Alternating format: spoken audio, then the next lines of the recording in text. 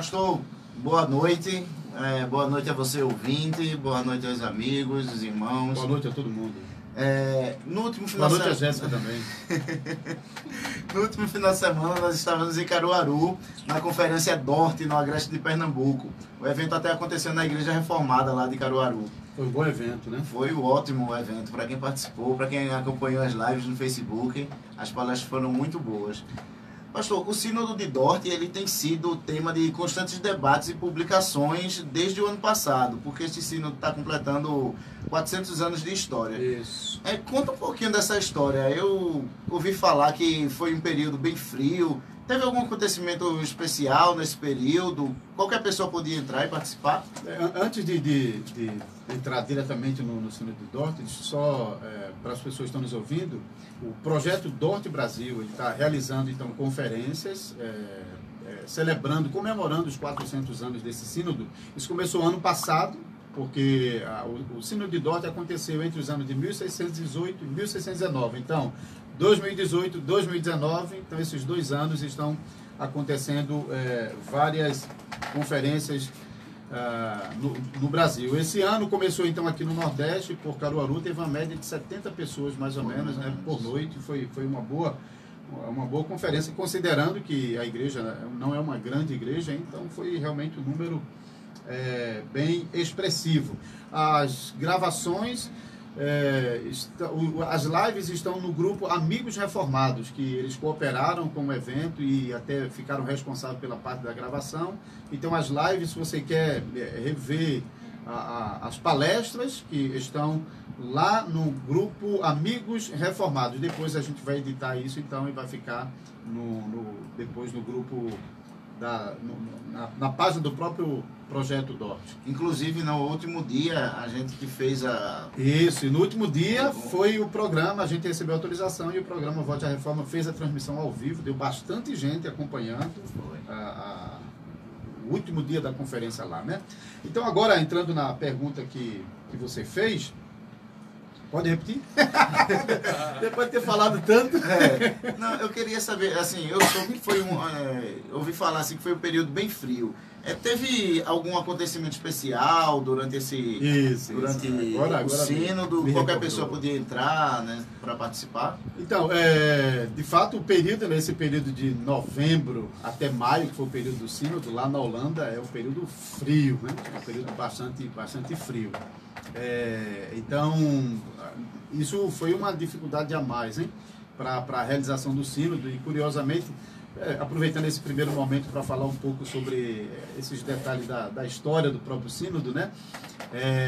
Diz os registros que cada delegado do sínodo recebeu um tipo de balde assim, com umas brasas quente no fundo, assim, para que eles botassem o pé dentro e aquecessem um pouquinho, porque o negócio era frio, viu? O negócio realmente era muito frio. Inclusive, uns 2 ou 3 anos atrás, o pastor Abraham visitou Holanda para gravar uns vídeos lá para o projeto, e ele viajou justamente nessa época, e até alguns vídeos ele não foi aproveitado porque o vento estava tão forte, e era um período frio de muitos ventos, que a gente simplesmente não conseguia captar o áudio. Então, imagine, uma viagem para a Holanda, gravado tanta coisa. Alguns deu para aproveitar, e até você pode entrar no canal Sínodo de Dort, e tem lá no Facebook vários vídeos gravados na Holanda, na cidade de Dordrecht, onde aconteceu o sínodo. Inclusive, sabia que o nome da cidade é Dordrecht.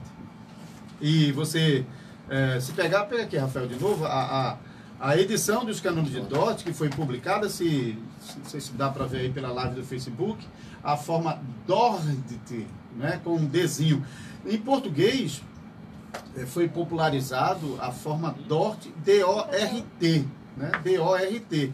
Mas, se você for no Facebook, no Google lá e pesquisar só Dort, D-O-R-T, vai aparecer um monte de coisa. E não vai aparecer muita coisa sobre o sínodo em si, né? Porque Dort, aqui em português, é uma sigla daquele distúrbio, aquela doença de movimento, né? Sim. De repetição, de movimento e tal. Aí, se você pesquisa Dort, aparece muito mais aquilo do que realmente o sínodo. Então, quando você pesquisa Dort, essa forma D-O-R-D-T, então aparece muito mais coisa ligada com o sínodo de Dort. E considerando que o nome da cidade onde aconteceu o sínodo é Dordrecht, então essa forma D-O-R-T, como a gente conhece aqui no Brasil, ficou popularizado com os ingleses que estavam no sínodo. Então essa forma na Inglaterra, e depois de Inglaterra chega na América, e na América chega no Brasil. Os holandeses conhecem as duas formas, tanto a forma resumida Dort, como a forma mais longa Dort, com esse Dzinho, né? Então, realmente, ok, está ali o recado. Estou pedindo para repetir o telefone do WhatsApp no Face, nosso irmão vai colocar aqui agora. Então, só concluindo essa parte, cadê aqui?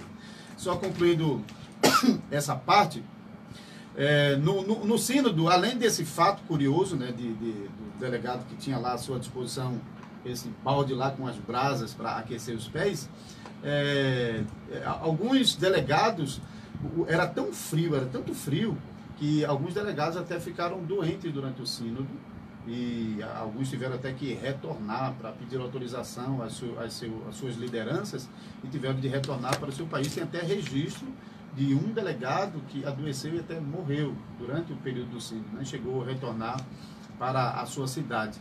Agora, talvez o fato mais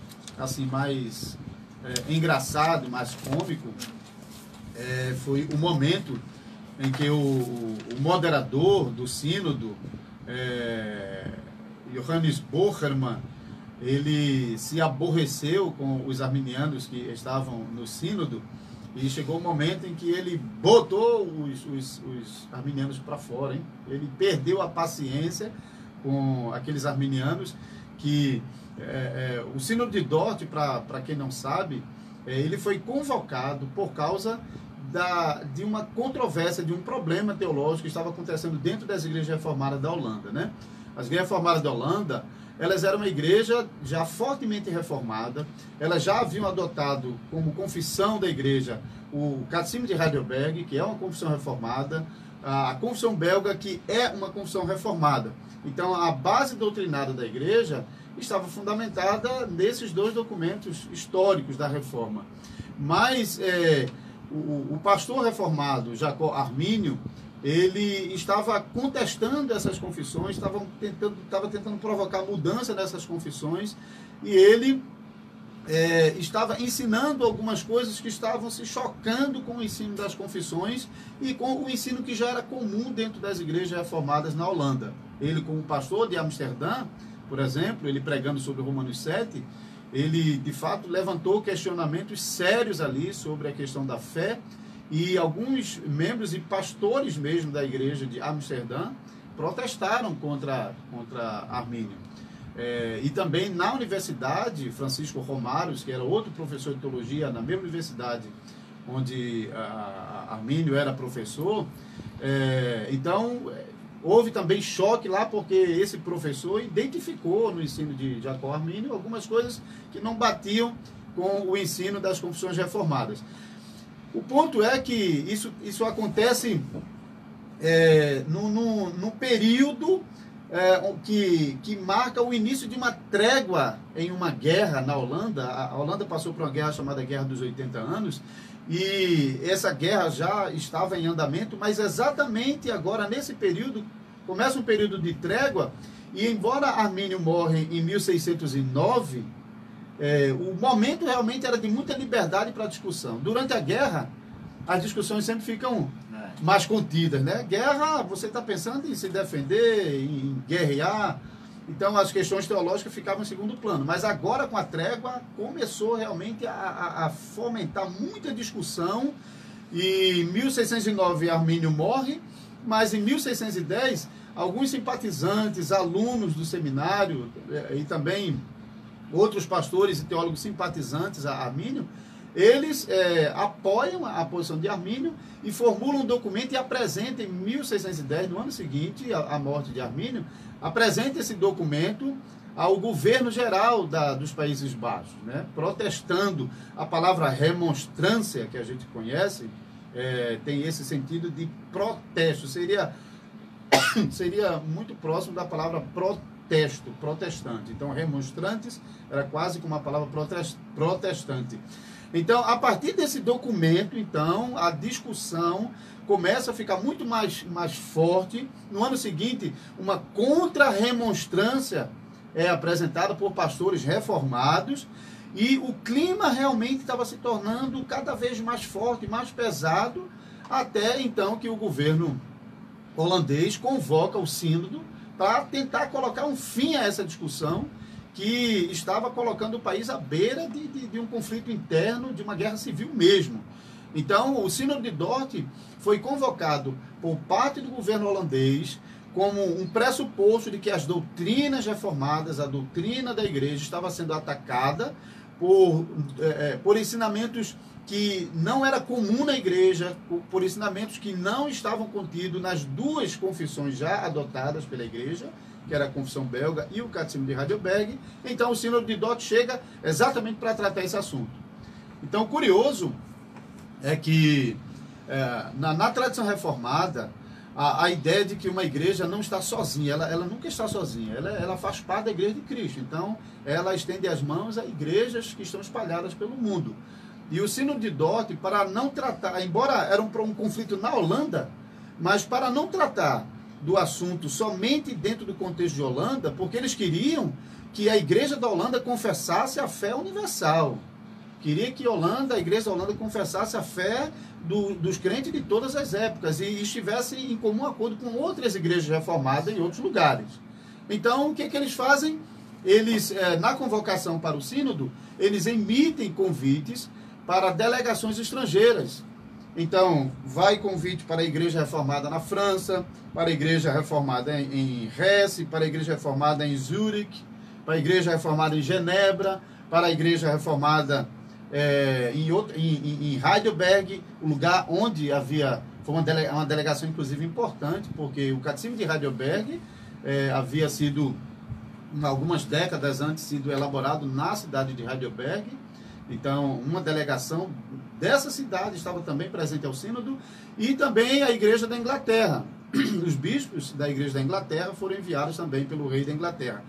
Uma delegação que acabou não indo foi da igreja da França, porque naquele momento estava uma tensão muito grande, a perseguição muito forte na França, e o rei realmente impediu, não autorizou que a delegação da França, da igreja da França, viajasse até a Holanda para participar desse sínodo. Até, se você está em casa e quer matar a sua curiosidade, se você pegar a foto do sínodo de Dort, se você pesquisar na internet, facilmente você acha. Se você entrar também no site do projeto Dort Brasil, canonesdedort.com, também tem a fotografia e tem alguns artigos sobre isso. Você vai ver que dentro da imagem do sínodo tem uma parte lá que está completamente vazia.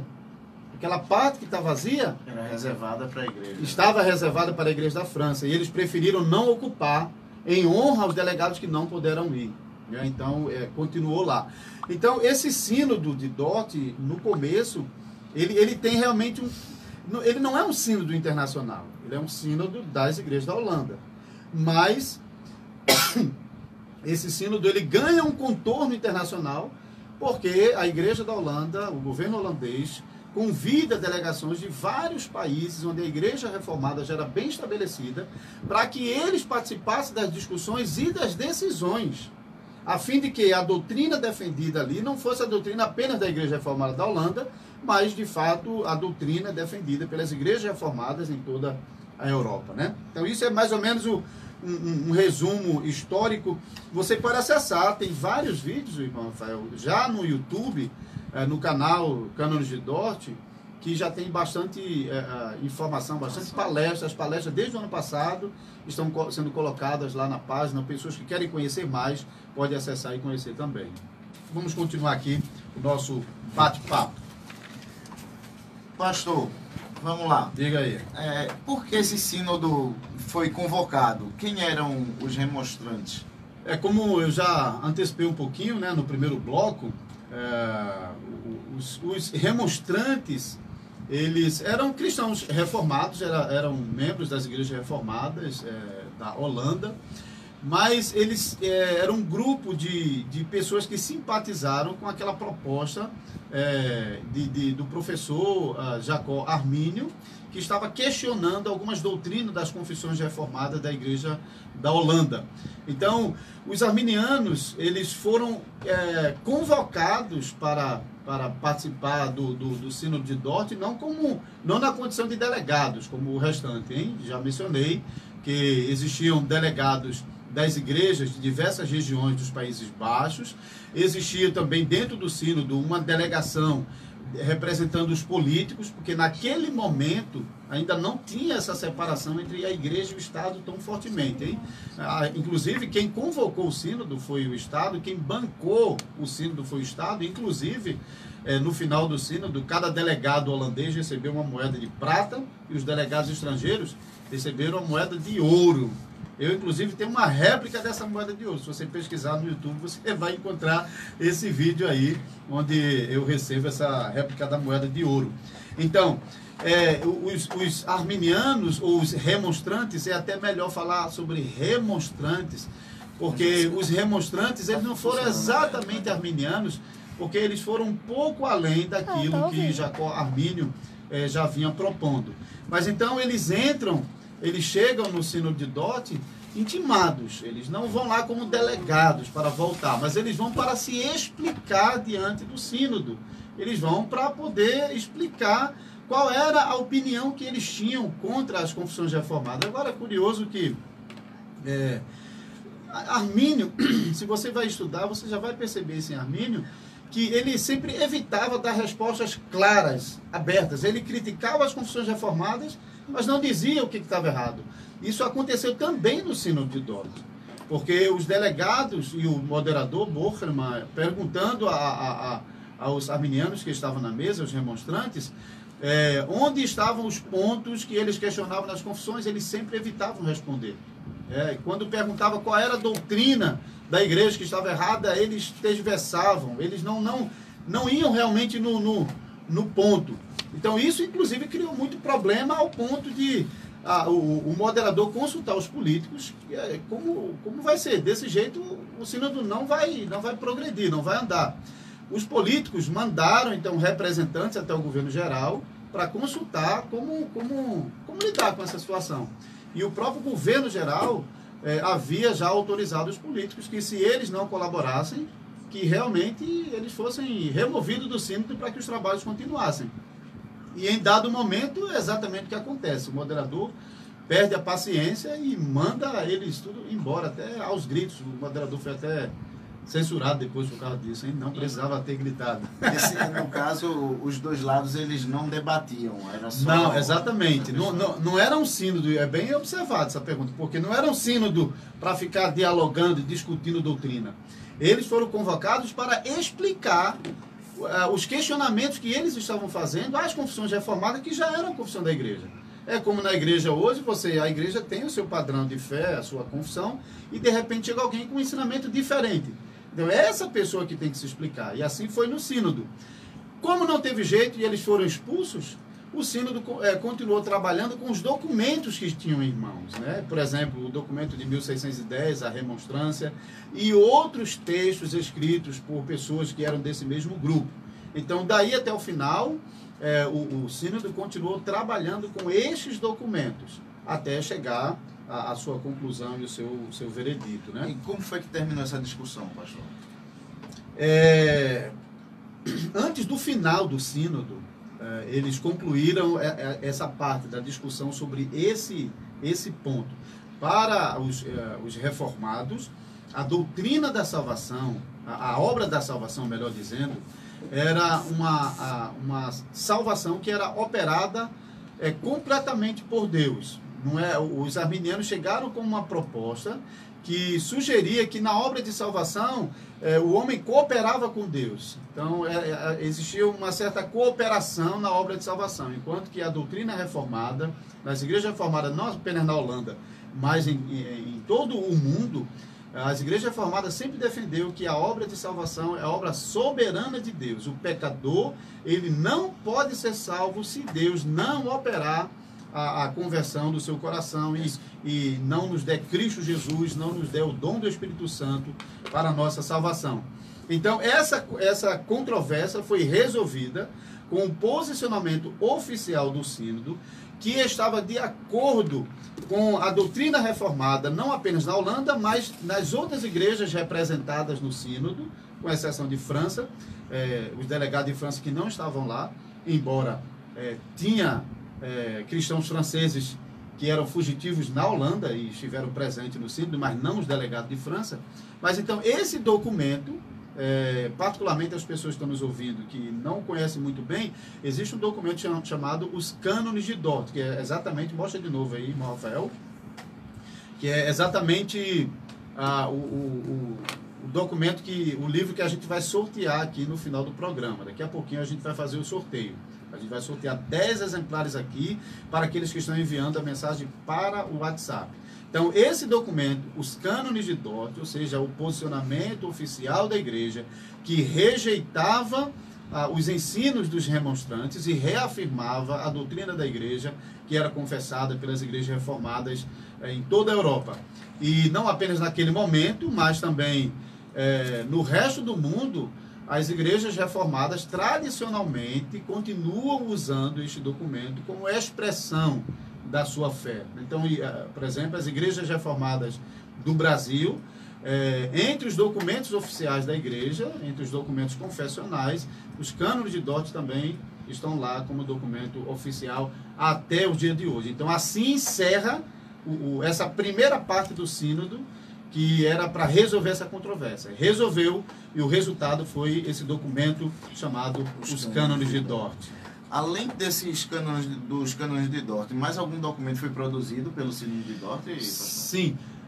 É interessante porque eu já falei, essa parte do Sínodo terminou, eu disse assim, porque, de fato, quando se encerrou o tratamento sobre essa discussão com os remonstrantes e foi elaborado os cânones de Dort, ali se encerra a primeira parte do Sínodo, que eu disse que é de caráter internacional, veio delegados de vários países, né? Então, naquele momento, os delegados são despedidos, voltam para os seus países. O sínodo ainda continua, um pouco mais, mas agora somente para tratar coisas exclusivas da Igreja Reformada da Holanda. Então, naquele momento, o sínodo decidiu pela produção de uma nova versão da Bíblia em holandês, baseado nos documentos originais, nos textos originais em grego e hebraico. Então, não tinha uma tradução holandesa a partir dos originais ainda. E essa tradução, a Statenvertaling, essa tradução ficou, então, sendo a versão oficial da Igreja da Holanda.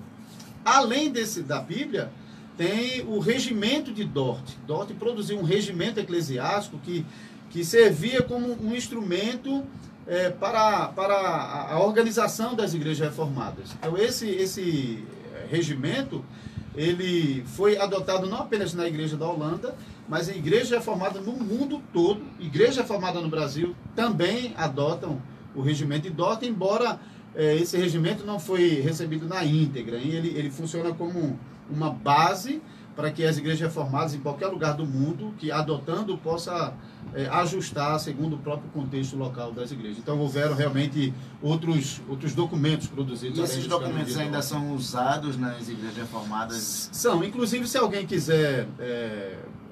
não a Bíblia, hein? A Bíblia em holandês seria difícil para a gente aqui. Essa Bíblia não dá para a gente falar. É mais fácil falar a língua dos anjos do que a gente tentar falar holandês.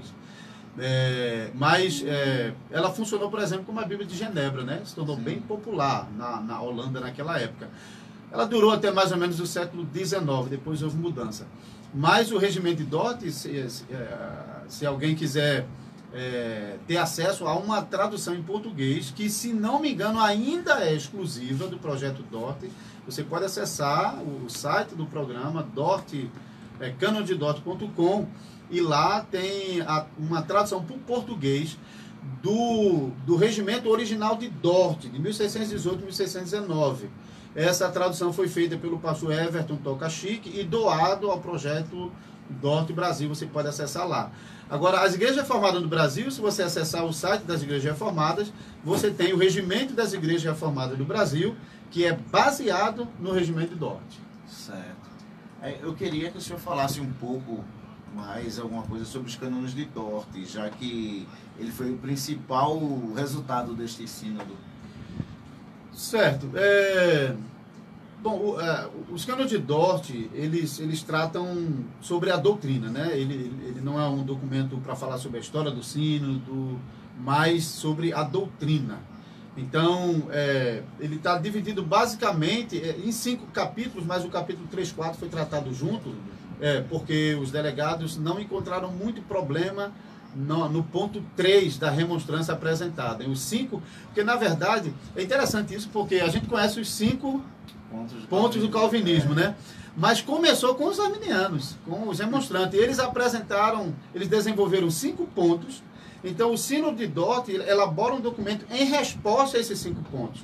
Só que, de fato, no ponto 3 não tinha muito problema. Então, na resposta, o Sínodo decidiu juntar o capítulo 3 e 4.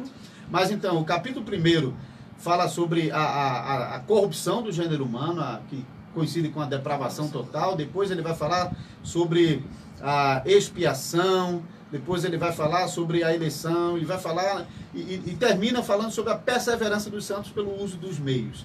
Então, a divisão dos cânones de Dort está bem próximo daquilo que a gente conhece hoje como 5 pontos do calvinismo, que com o passar do tempo foi sendo ajustado, adaptado. Hein? Então, se você tem o documento chamado Os Cânones de Dort, você tem um resumo da doutrina reformada que expõe a eleição, a predestinação, a soberania de Deus na salvação, a pecaminosidade do homem e a preservação dos crentes, dos eleitos, pelo próprio Deus, pelo uso dos meios. Então, não é obra do começo ao fim, não é obra do homem, é obra de Deus. É um documento que realmente exalta a obra de Deus. Agora, uma coisa interessante, você que vai ganhar no sorteio, hein, esses exemplares dos cânones de Dort, já existem em português 2 edições dos cânones de Dort.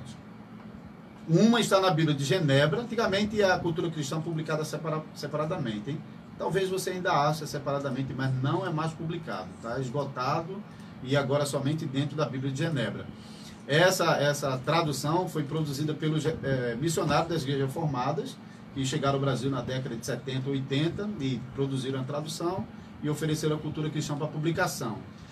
A outra edição foi produzida pelo Clearer e está nas 3 formas de unidade, né, que você pode adquirir também pelo Clearer já tudo junto, o Cânon de Dort, Catecismo de Heidelberg e a Confissão Belga. Então, já existem essas 2 edições em português. Por que então mais uma edição do Projeto Dort? Então, a explicação do projeto é que essa edição ela tem algumas características, o irmão já mencionou na abertura, que essa edição foi revisada com os textos antigos em holandês e latim. Né? Essa edição ela já inclui a remonstrância e contra-remonstrância, e essa edição ela não usa a palavra erros, que está presente tanto na edição do Clearer como na edição de Cultura Cristã. E na introdução tem uma explicação excelente por que foi escolhida a palavra heresia e não erros.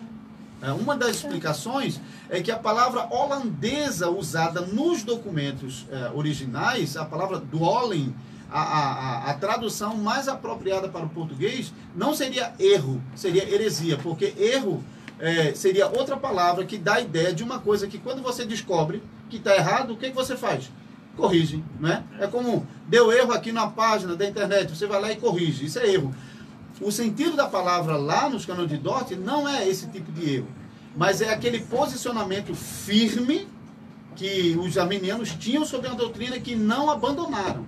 Então, e a posição do sínodo também, punindo severamente, inclusive removendo de cargos eclesiásticos, de cargo do governo, alguns sendo expulsos do país, e até um revoltoso, que foi o Onderbarnevelt, ele chegou a ser executado em praça pública, porque ele estava criando um tumulto na cidade.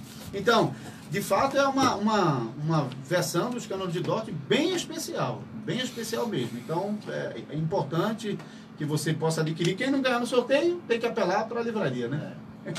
É isso aí. Pronto, pastor.